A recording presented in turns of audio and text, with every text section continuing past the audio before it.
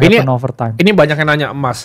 Emas itu kemarin gue sempat lihat video, kayaknya gue sempat ngobrol sama Bro Kakak juga. Kita lihat orang video. FOMO itu ya. Ada orang di Vietnam itu ngantri di pasar pagi jam 4 pagi ya, di saat gold atau ATH, di situ gue tahu pasti turun itu. Jadi gini. Ya orang-orang di Australia juga udah kayak di luar-luar yang di Vietnam kacau bro, jam 4 pagi mereka. Jam 4 pagi udah ada yang pukul-pukulan, dia di pasar gitu, mau beli emas bullion. Di situ gue tahu itu harga pasti turun. Kenapa? Karena itu psikologi pasar, teman-teman. Pasar itu cuma digerakkan sama fear and greed, ya kan? Antara panic atau exuberance. Dia cuma nge-swing, Mr. Market itu cuma nge-swing. Mau marketnya emas, marketnya Bitcoin, marketnya saham, sama. Orang banyak nanya, kenapa kita bisa catch BCA? Karena ketika ini kan kita lihat indeks nih ya. Indeks tuh kenapa sih indeks bisa naik? Karena ada beberapa saham yang naiknya luar biasa. Ya. Nah, saham-saham yang luar biasa naik ini apakah di drive sama real demand atau enggak? Real demand itu maksudnya apa? Kalau kita lihat BCA free floatnya itu besar. Yes. Ya. Jumlah institusi yang masuk tuh banyak. Asing gede ya. Asing besar. Orang-orang seperti gue juga bisa masuk dalam jumlah yang besar. Banyak orang beneran bisa punya duit beneran di dalam situ. Sedangkan banyak emiten-emiten yang tidak seperti itu, teman-teman. Karena free float itu kan sangat tergantung gitu.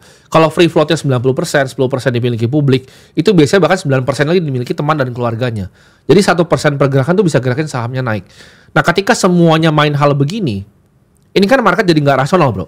Dimana price to earning bisa naik sampai 500 kali. Ya. Maksudnya gini loh, bukannya gue bilang bahwa itu nggak bagus. Silahkan kalau bisa cuan silahkan. Tapi kalau lu mau ngomong perusahaan price to earning 500 kali, lu mending beli Palantir gitu. Lu mending beli yang lain, Vigor Robotics sekalian. Jangan lu beli perusahaan-perusahaan di sini gitu, yang price to earning 500 atau bahkan 1000, teman-teman. Ya. Karena artinya lu butuh 1000 tahun gitu buat dapetin duitnya balik gitu. Yes. Sedangkan di sini ada yang murah sekali gitu. Ada murah sekali dan ketika kita lihat laba bersih perusahaan dipakai untuk dua kan, antara dia buyback emitennya sendiri kayak Apple, dia buyback atau dia bagikan secara dividen, bro. Ya, hyper liquid itu dia. Ya kan? Jadi kita lihat kemarin, ini mah easy, dia antara dia bagi interimnya agak besar di Desember, awal Desember atau akhir November, atau ya dia buyback 5T di harga yang oke, di harga wajar sehingga investor mengalami keuntungan. Di situ kita masuk, kan waktu itu ketika gue beli BCA orang bilang, loh kok beli BCA? Nah sekarang kalian ngerti gitu, kenapa gue beli? Ya. Karena itu namanya ya alokasi kecil kok, ya kan. Berapa persen, 3,5% taruh lah gitu. Jadi itu adalah apa ya? Part dari kita main di market. Karena gue sama Bro Kakak ini kita belasan tahun ya. Dia dari kecil, gue juga dari kecil. Yes. Dia dari kecil udah olimpiade ekonomi ya bro ya, akuntansi segala macem. Ya. Gue dari kecil udah di pasar modal juga.